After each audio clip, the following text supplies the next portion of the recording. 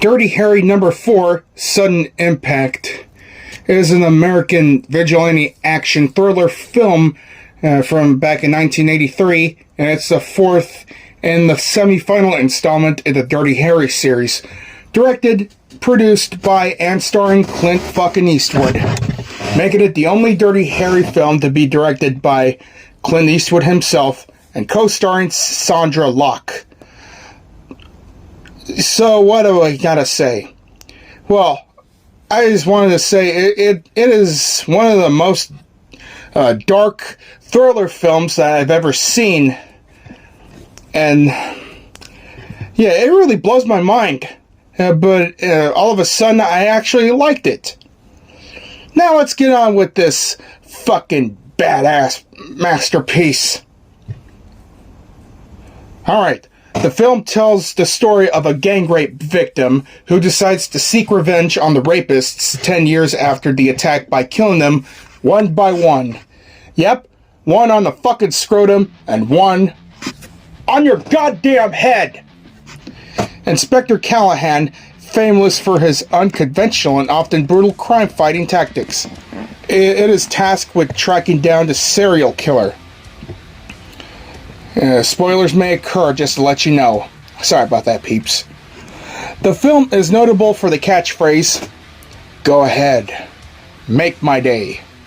Yeah, that quote was written by John Millis and uttered by Clint Eastwood's gun-wielding character in the beginning of the film as he stares down an armed robber who is holding the hostage. We're just not gonna let you walk out of here.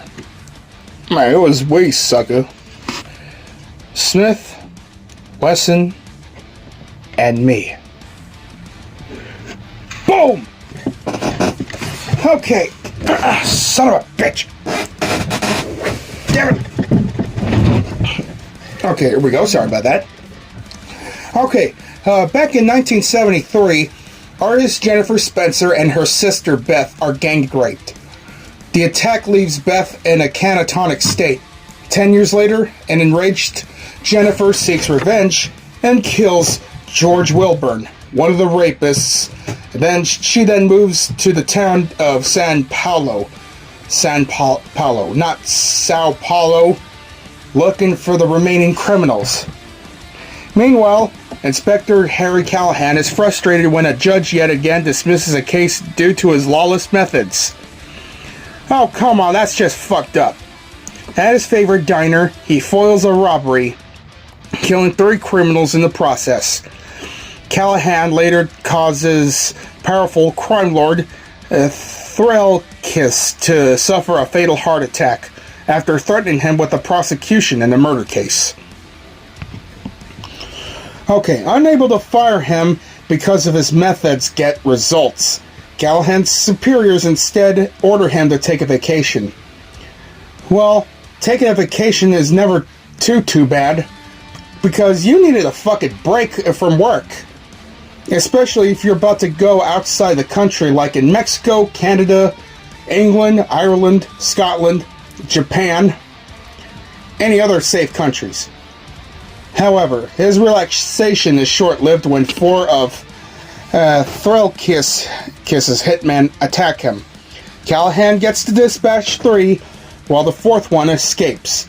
Later, the suspect from dismissed case and his friends throw Molotov cocktails into his car. Acting in self-defense, he manages to cause his attackers to crash their car and die. Callahan's supervisor, Lieutenant Donnelly, immediately sends him to San Paulo to investigate the Wilburn murder. Okay, upon arriving in San Paulo, Callahan chases down a robber. The reckless but successful pursuit draws the anger of the local police. While jogging with his bulldog Meathead, Callahan accidentally runs into Spencer. While being less than thrilled, she feels no anger toward Callahan. Upon returning to his room at a motel... Oh, come on, Meathead! Don't moon us or fart at our faces! Nasty motherfucker!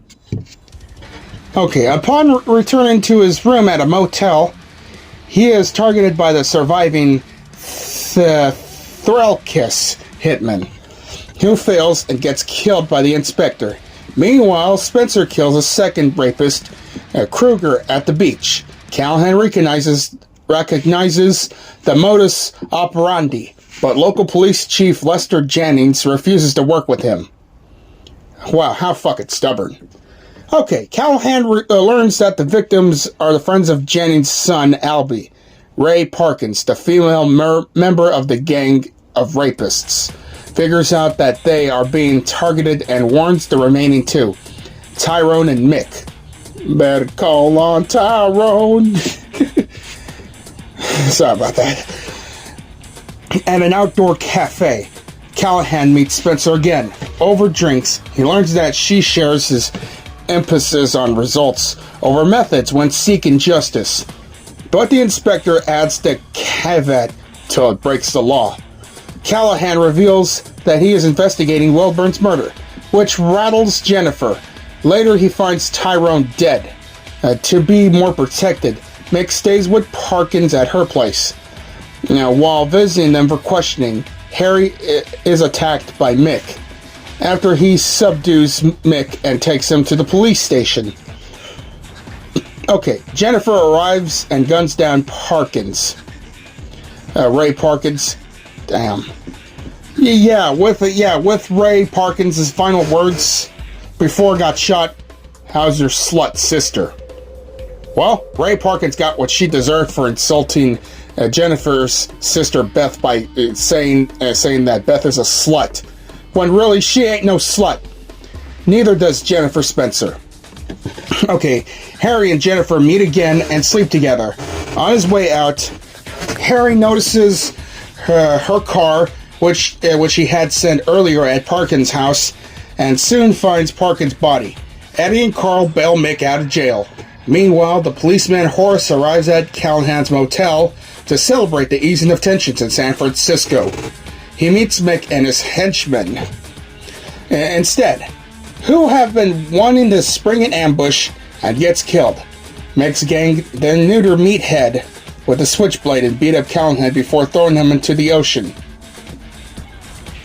Ah, damn it, that really sucks. Okay, Jennifer arrives at the Jennings home with the intention of killing Albie, who was one of the rapists. To her surprise, Albie, like her sister, is catatonic. A guilty conscience caused him to attempt suicide, which left him with permanent brain damage. Jennings admits that to protect his reputation and his only child, he failed to jail the guilty parties. He convinces Spencer to spare Albie's life and promises that Mick will be punished. Mick and the others, however, arrived and capture Spencer, killing Jennings with her .38. Damn! Enraged at what Mick's gang have done to Horace and Meathead, Callahan goes after them. The gang brings Spencer to the boardwalk for another rape, but are startled by Callahan's apparent return from the dead. Oh yeah, you're in big trouble now, Mick, you heartless rapist. After killing Eddie and Carl, Callahan chases Mick, who absconds with Spencer atop of the roller coaster. There. Jennifer Spencer breaks free and Harry shoots Mick down. He falls from the top of the coaster, crashing through the structure below, and is impaled on a carousel horse. That's good karma to think about it. Okay, the police arrive and find Spencer's .38 on Mick. Ballistics, Harry states, will prove that his gun was used in all the killings. A compassionate Harry and a vindicated Jennifer leave the crime scene together. Okay, so what do we gotta say about the reception? The box office, in its opening weekend, the film took $9.6 million in over 1.5 thousand theaters in the U.S. In a total in the U.S. of Canada, the film made over $67.6 million, making it the highest grossing of the 5 films in the Dirty Harry franchise. The film also surpassed the $63.6 million gross of Thunderball back in 1965. The 1965 of Thunderball, I mean. to become the highest grossing fourth installment of the film in the US and Canada. Worldwide, it was grossed more than $150 million. God damn. And critical response is that Rotten Tomatoes retrospectively gave the film a score of 57 based on 37 reviews. Sudden Impact delivers all the firepower and the most enduring catchphrase. Yeah. Vincent Carvey criticized the film, stating the screenplay is ridiculous and Mr. Eastwood's prediction of it primitive, which is surprising because it has shown himself capable in such films as The Outlaw Josie Wales and The Gauntlet. Yeah, I see it. And Roger Ebert gave this movie 3 stars out of 4, noting the film was implausible with a cardboard villain. Well, I don't give a shit if this movie has bad reviews. I still liked it.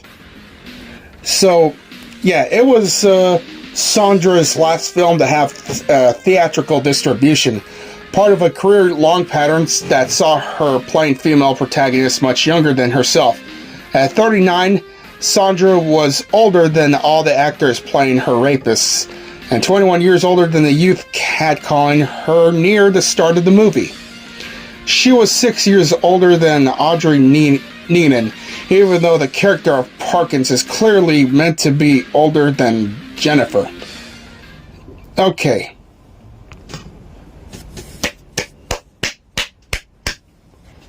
Yep. So in conclusion, my fellow peeps, I recommend not 1, not 2, not 3, but 4 Dirty Harry film installments. Yeah. Yeah, especially Sudden Impact, because once again, it's one of the darkest installments I've ever seen. Way to have the Dirty Harry fans to be psyched over this film.